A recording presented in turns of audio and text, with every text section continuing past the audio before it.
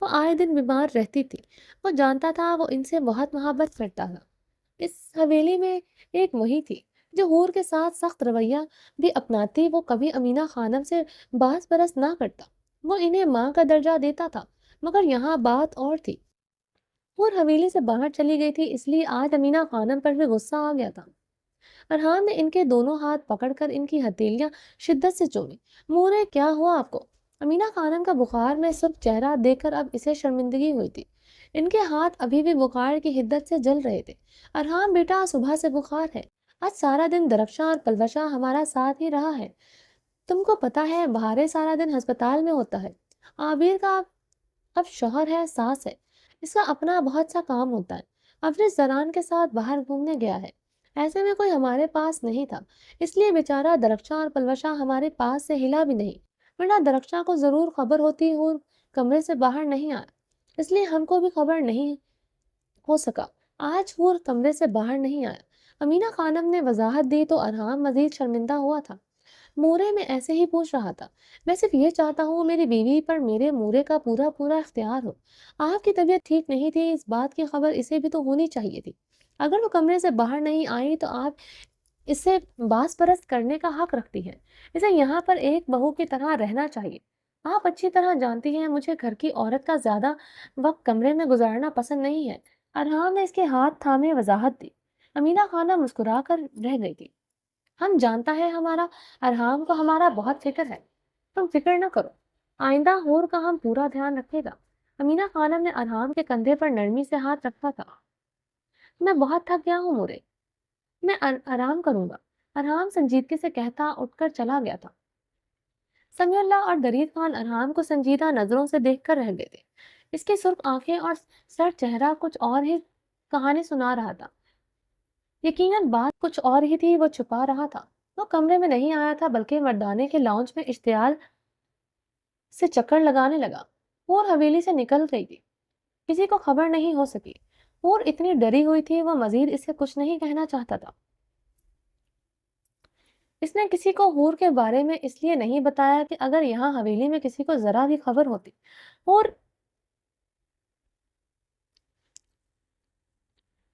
اتنے گھنٹے حویلی سے باہر رہی تو کتنی ہی انگلیاں حور کے طرف اٹھتی، جو اسے گوارا نہ تھا۔ اگر حور اپنی مرضی سے گل سے ملنے نہ گئی تو ہوتی تو یقیناً آج وہ گل خان کے بقیے ادھیڑ دیتا، حویلے کی اینٹ سے اینٹ بجا دیتا۔ زندگی میں پہلی مرتبہ ارحان کو آج امینہ خانم سے بھی شکایت ہوئی تھی۔ وہ حویلی میں نہیں تھی، اس کی خبر امینہ خانم کو بھی نہیں تھی، یعنی وہ کھانا کھائے نہ کھائے، وہ کمرے سے باہر آئے یا نہ آئے، کسی کو اس کی پرواہ نہیں تھی۔ شاید اس کا سلوک جو حور کے ساتھ تھا، اس کی وجہ سے حور کا وجود یہاں کسی کے لیے نہ ہونے کے برابر ہے۔ بے شک اس کا سلوک بند کمرے میں اس کے ساتھ تھا، مگر حور کا ڈرا سہما روپ سب پر باور کروا چکا تھا۔ اس کا رویہ بند کمرے میں اس کے ساتھ کیا ہے؟ اس نے کسی سے بھی باس پرس اس لیے نہیں کی تھی، حور اپنی مرضی سے گل سے ملنے گئی تھی۔ کسی کو بھی خبر ہوتی تو وہ حور کو اس سب کا قصوروار ٹھہراتے، بس بہت برا بھلا کہتے۔ سمیع اللہ خان، درید خان یا اربد خان یہ سنتے بھڑک اٹھتے، بلکہ کوئی بعید نہ تھا وہ لوگ ارحام خان کی حویلی پہنچ جاتے۔ یقیناً شاہ نواز کی سزا موت ہوتی، ان کے نزدیک موت تو وہ بھی شاہ نواز کو دینا چاہتا تھا، مگر پریزے کی قسم نے اس کے ہاتھ باندھ دیے تھے۔ وہ چاہ کر بھی گولی نہ چلا پایا، مگر اسے چھوڑنے کا اس کا ارادہ نہ تھا۔ شاہ نواز کی سزا موت سے بھی بدتر تھی۔ اس کے نزدیک ارحام نے غصے سے سرخ ہوتے اپنی مٹھیاں پیچھی تھی۔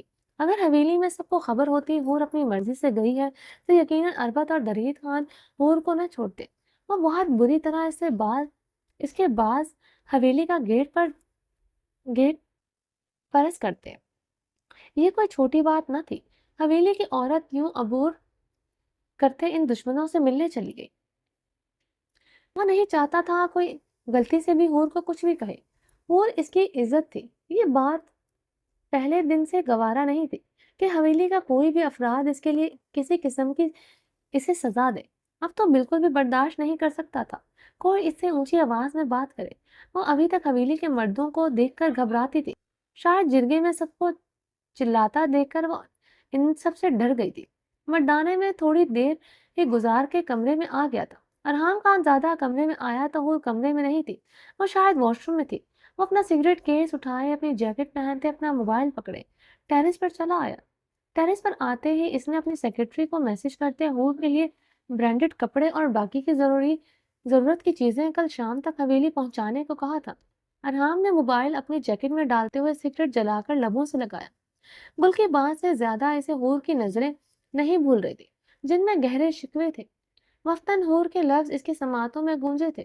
ارحام نے سگریٹ کا دھواں فضا میں چھوڑتے بے چینی سے آئیبرو بے مسلی تھی۔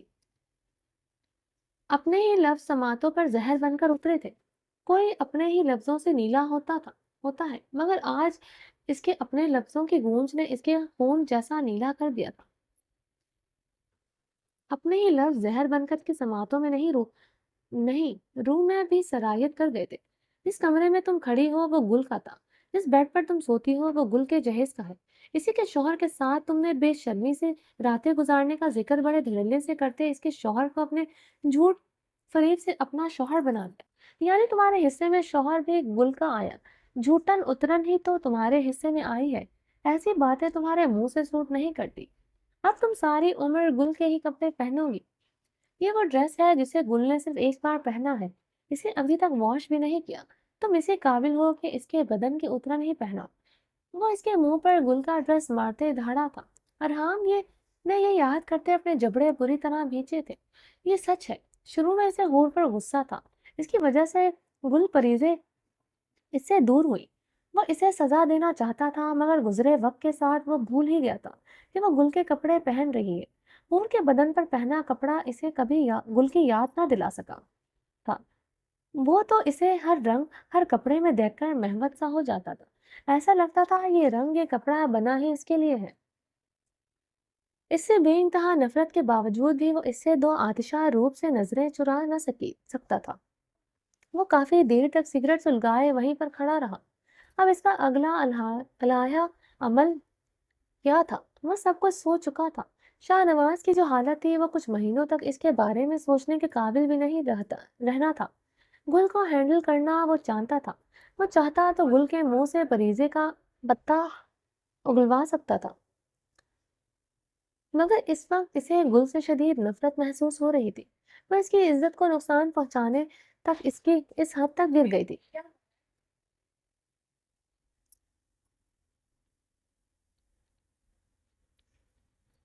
اگر غلطی سے بھی شاہ نواز حور کو کوئی نقصان پہنچا لیتا تو خود کو بھی شاید گولی مار دیتا۔ اس کی عزت کو کوئی دیکھے بھی وہ ایک خانزادہ کو کہاں گوارا تھا۔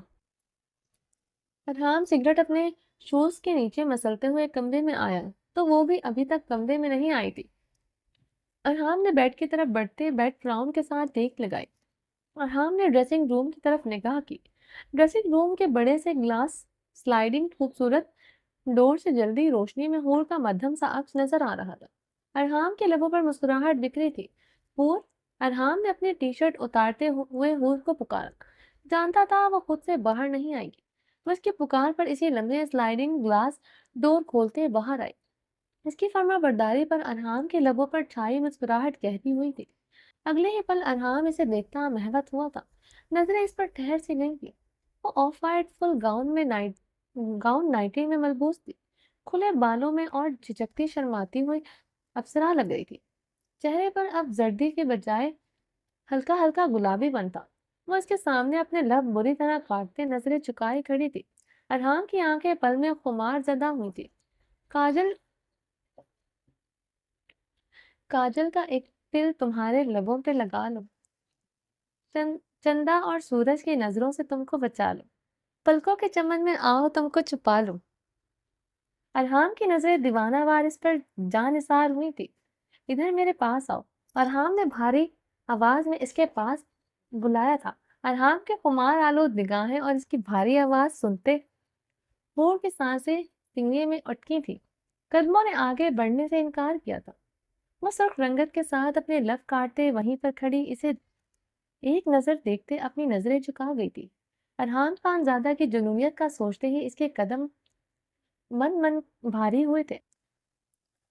جب اس سے غلطی ہوتی تھی وہ اپنا غصہ اشتعال جنون کی صورت میں اس کے بدن پر اتارتا تھا۔ آج اس آج کی غلطی تو یقیناً ناقابل معافی تھی۔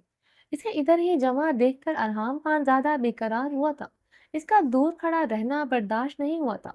اتنی سی دوری پر جیسے عذاب بن کر ٹوٹی تھی۔ اس کا گزیر گریز اسے سوئی کی طرح چبھا تھا۔ ادھر آؤ! ارحام نے بے قرار ہوتے اسے پھر سے پکارا تھا، اور اس کی پکار پر بے بسی سے دیکھ کر رہ گئی تھی، مگر اس کے قدم اس کی طرف بڑھے نہیں تھے۔ ارحام کی آنکھوں میں خمار کی جگہ وحشت کی سرخی اتری تھی۔ وہ اس سے دور کیوں کھڑی تھی؟ وہ اس کے پاس کیوں نہیں رہی تھی؟ وہ چاہتا تو ہاتھ بڑھا کر اسے اپنی طرف کھینچ سکتا تھا، مگر وہ چاہتا تھا وہ اس کی طرف خود آئے۔ ادھر آؤ ہو! ارحام کی پکار پر اب کی بار کافی تڑپی تھی،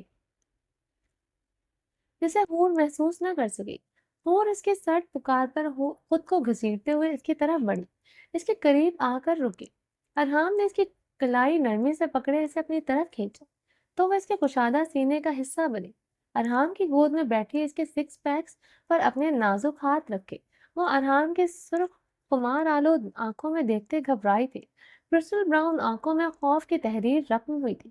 وہ دھوپ چھاؤں جیسا اس کے لیے پل میں نرم پل میں گرم۔ اس کی نرمی کب سختی میں بدلتی تھی اسے پتہ نہیں چلتا تھا۔ ارحام اس کے عارض پر نرمی سے اپنی انگلیاں پھیرے اسے اپنے اوپر منتقل کیے کروٹ بدل گیا۔ اسے بیڈ پر نرمی سے لٹائے اس پر گھٹا بن کر چھایا۔ اتنا گھبراتی کیوں ہو مجھ سے؟ ارحام نے نرمی سے اس کی آنکھوں کو اپنے لبوں سے چھوا تو حور کی آنکھیں تحیر زدہ ہوتے پھیلی تھی۔ وہ اس کے نرم لمس پر حیران ہوئی تھی۔ ارحام اس کی کرسٹل براؤن آنکھوں میں تحیر دیکھتا ہلکا سا ہنس دیا تھا۔ حیران ہو رہی ہو میری نرمی پر؟ وہ اس کے گلابی لبوں پر نرمی سے اپنا انگوٹھا مسلتے بھاری آواز میں بولا۔ تم اتنی نازک ہو، تمہیں تو ایک کانچ کی گڑیا کی طرح چھونا چاہیے۔ ارحام نے کہتے اس کی عارض پر اپنے لب نرمی سے رکھے۔ مگر کیا کروں؟ تم اتنی خوبصورت ہو کہ ارحام خان زیادہ خود پر قابو نہیں رکھ پاتا، وہ جنونی ہو جاتا ہے۔ تمہارے دشمن سچ میں تمہاری خوبصورتی ہے۔ وہ مدہوش ہوتا اس کے کان کی لووں کو اپنے دانتوں سے کاٹ گیا۔ حور کے لبوں سے سسکاری بلند ہوئی۔ ارحام نے مدہوش ہوتے اس کی گردن پر دیوانہ وار اپنے لب رکھ دیا۔ تم ارحام خان زادہ کا جنون نشہ بنتی جا رہی ہو۔ وہ اس کے کان میں جھکتا مدھم سرگوشیاں کر رہا تھا۔ ارحام کے ہاتھوں کی بے باکی بڑھتے اس کے ہاتھ اس کے گاؤن کی ڈوریوں میں الجھے تھے۔ ارحام نے اس کے گاؤن کی ڈوریاں کھولتے اس کا گاؤن ریموو کیے پھولوں سے بھی زیادہ نازک وجود کو اپنے برہنہ سینے پر منتقل کیا۔ حور نے اس کے چٹانی سینے پر ہاتھ جمائے اس کی آنکھوں میں دیکھا جہاں خمار کی سرخی تھی۔ ارحام خان زادہ کی سلگتی سانسیں اس کے چہرے کو جیسے سلگا رہی تھی۔ حور گھبراتے ہوئے آنکھیں میچ گئی۔ ارحام نے اس کے سلکی بالوں میں انگلیاں نرمی سے پھنساتے اسے گہری نگاہوں سے دیکھتے اس کا چہرہ تھوڑی سے پکڑے اوپر اٹھایا۔ وہ اسے ایک نظر دیکھتے اپنی نظریں جھکا گئی تھی۔ ارحام نے ایک بار پھر سے اس کے چہرے پر گہری نگاہیں ڈالی۔ وہ پتہ نہیں اس کے چہرے پر کیا ڈھونڈ رہا تھا۔ وہ اس کی گھبراہٹ کا کپانے کو اس کی شرم و حیا پر محمول کرنا چاہتا تھا۔ اس کی گھبراہٹ، اس کا ڈرنا ارحام کو اب زخم پہنچانے لگا تھا۔ ارحام نے اس کی تھوڑی کو انگلی سے چھوتے اس کا چہرہ اوپر اٹھا کر اس کی کرسٹل براؤن آنکھوں میں پھر سے جھانکا تھا۔ حور کی کرسٹل براؤن آنکھوں میں نمی دیکھ کر ارحام کی آنکھوں میں عجیب سی سرد مہری اتری تھی۔ یہ آنکھیں نم کیوں ہیں؟ میں نے تو ایسا کچھ نہیں کیا جو ان آنکھوں میں آنسو آن ٹھہرے۔ ارحام نے سرد لہجے میں پوچھا تو حور نے اس کے سر سے لہجے سے گھبراتے ہوئے اپنی بھیگی آنکھیں بے دردی سے مسلی تھی۔ نہیں، تو میری آنکھوں میں آنسو تو نہیں ہے، حور نے گھبراتے ہوئے کہا۔ ارحام اس کی گھبراہٹ اس کے گریز پر اپنے لب بھیج گیا۔ کیا چاہتی ہو میں تمہارے قریب نہ آیا کروں؟